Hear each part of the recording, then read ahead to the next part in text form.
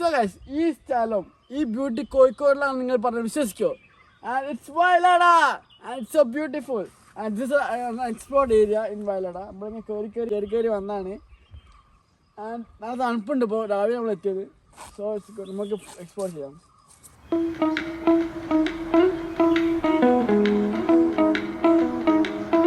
കാണാനല്ലടാ കുന്നേറിയിട്ട്